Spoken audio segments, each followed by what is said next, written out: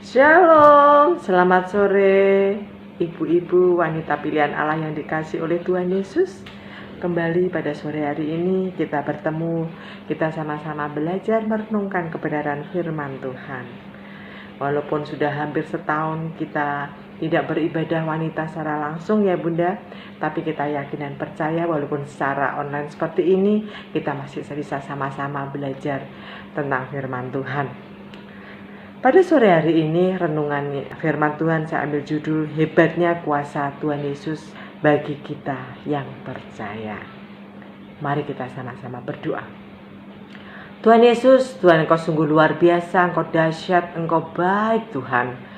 Oh Tuhan, kami yakin dan percaya betapa Engkau sungguh memberkati kami semua, memberikan kekuatan bagi kami sehingga kami boleh melakukan kewajiban-kewajiban kami masing-masing, sehingga kami boleh melakukan aktivitas kami masing-masing. Terima kasih Tuhan Yesus, terima kasih buat berkat-Mu, buat anugerah-Mu, buat pertolongan-Mu. Kami percaya Tuhan Engkau senantiasa ada di dalam kehidupan kami.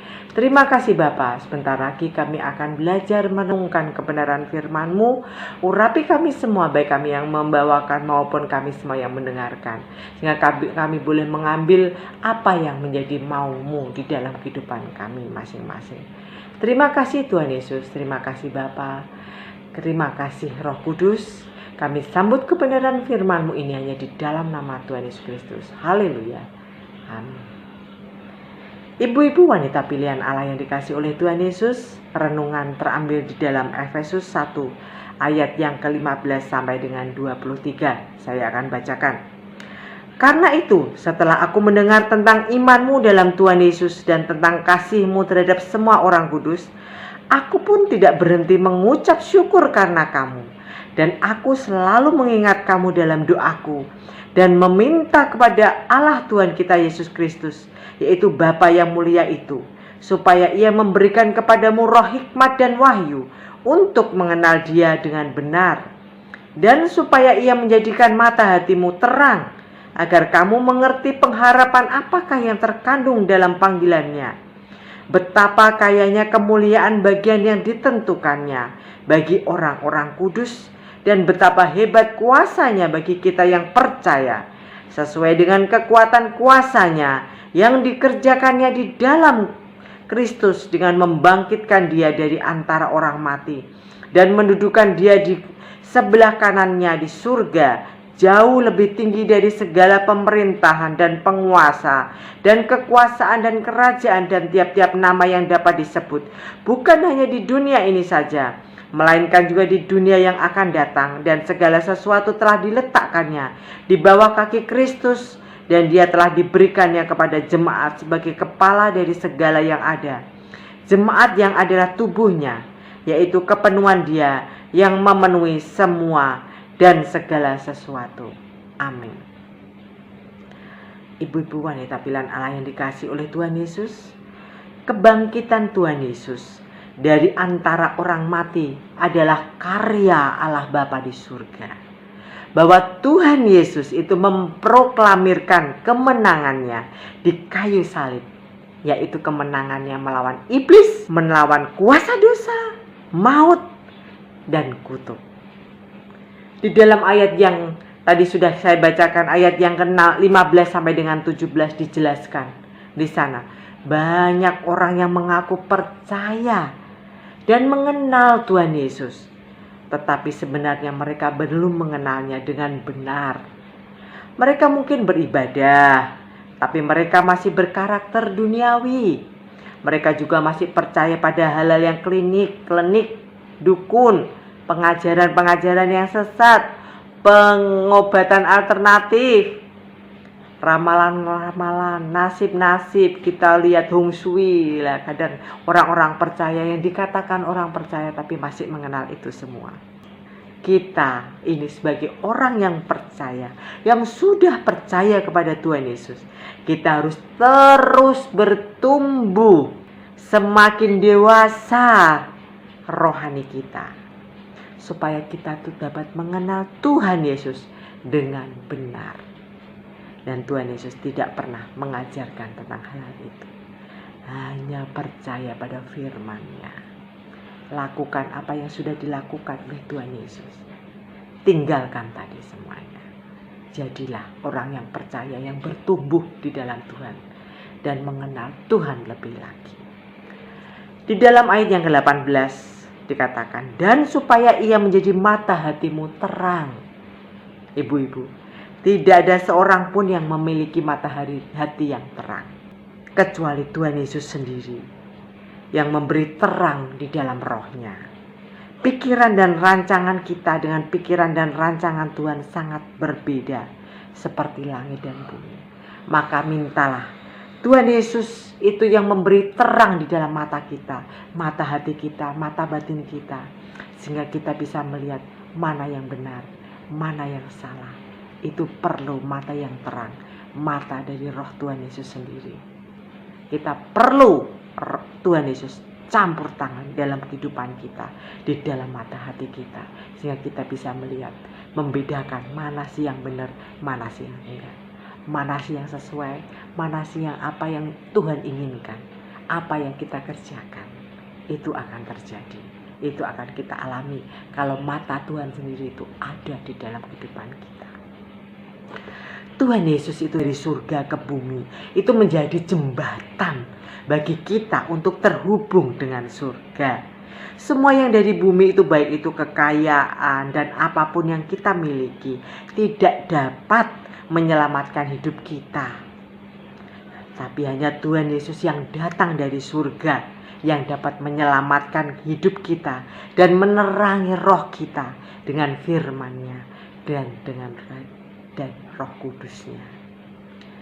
Betapa hebatnya ibu-ibu kuasa Tuhan Yesus bagi kita yang percaya. Kuasa kebangkitan Kristus yang menjadikan kita itu jauh lebih dari seorang pemenang.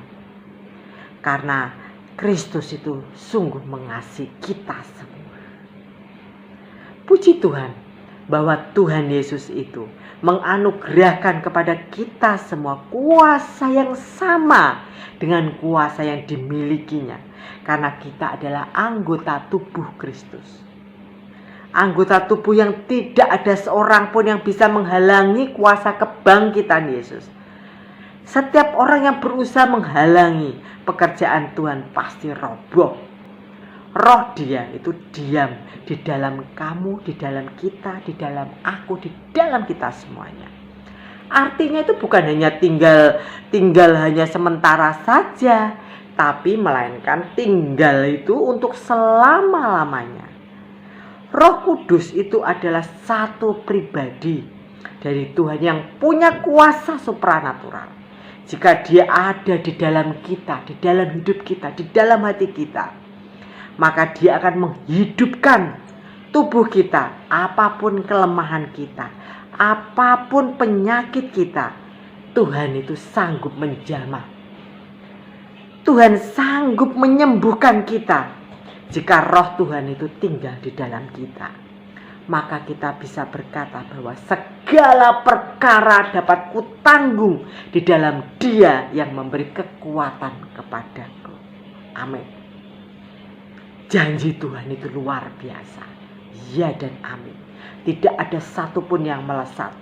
Pegang janji Tuhan di dalam firman-firman yang luar biasa yang sering terucap, sering kita baca, sering kita ucapkan dalam mulut kita. Itu akan keluar. Itu akan menjadi tameng dalam kehidupan kita, dalam rumah tangga kita, dalam keluarga kita. Ketika manusia itu diciptakan sesuai dengan gambarnya dan rupa Allah, maka manusia diberi kebebasan untuk memilih. Apakah memilih taat kepada Tuhan atau mendengar suara-suara iblis sang pemberontak? Kita harus sadar bahwa semua hal yang negatif itu akan dapat mempengaruhi hal-hal yang baik. Maka kita harus berjaga-jaga, kita harus waspada. Iblis itu mengaum-ngaum di sekitar kita, ingin menggeret kita, menarik kita untuk bergabung dengan Dia. Tapi ingat, ada roh Allah yang ada di dalam kita. Itu yang bisa membentengi kita, menguatkan kita akan selalu kuat di dalam Tuhan. Iblis itu akan selalu dan berusaha mempengaruhi kita dengan hal-hal yang negatif melalui pikiran, perasaan, perbuatan, serta perkataan-perkataan. Kita harus tegas dengan tegas menolak dan mengusir iblis di dalam kehidupan kita. Jangan mau ibu-ibu untuk diperdaya oleh iblis. Kuasa Tuhan Yesus yang tidak terbatas ada di dalam kita.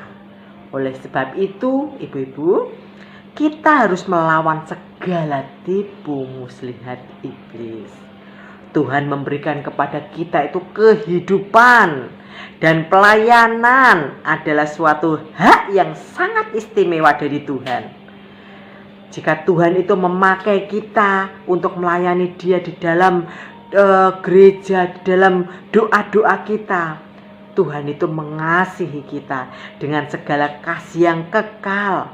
Firman Tuhan kemarin kita dengar, kita berdoa untuk orang lain, untuk tetangga, untuk saudara, untuk bangsa kita. Kita berdoa syafaat untuk mereka. Nanti kita akan merasakan damai sejahtera, ada kelegaan di dalam hati kita masing-masing. Itu yang Tuhan inginkan. Kita berdoa terus dan berdoa untuk orang-orang di sekitar kita, tidak hanya untuk berdoa untuk kita, tidak hanya berdoa untuk keluarga kita, tapi berdoa untuk orang lain. Tuhan mengasihi kita dengan kasih yang kekal, dan Tuhan ingin kita hidup dalam damai sejahteranya. Melampaui damai sejahtera itu akan melampaui pikiran dan akal kita. Ibu-ibu yang dikasih Tuhan, seringkali iblis itu bisa masuk dalam hidup kita itu karena kita tidak mengalami damai sejahtera loh.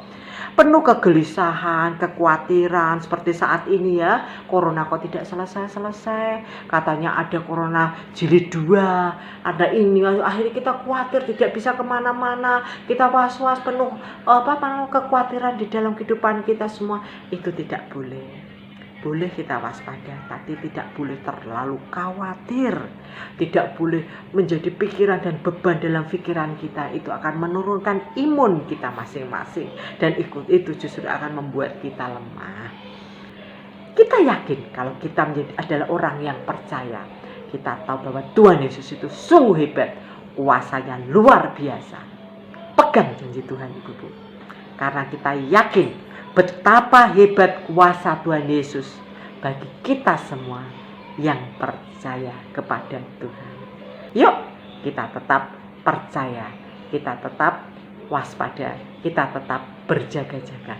Biarlah Roh Kudus itu selalu menyala dalam kehidupan kita, dan yakin bahwa Tuhan Yesus akan memberikan damai sejahtera selama-lamanya di dalam kehidupan kita masing-masing.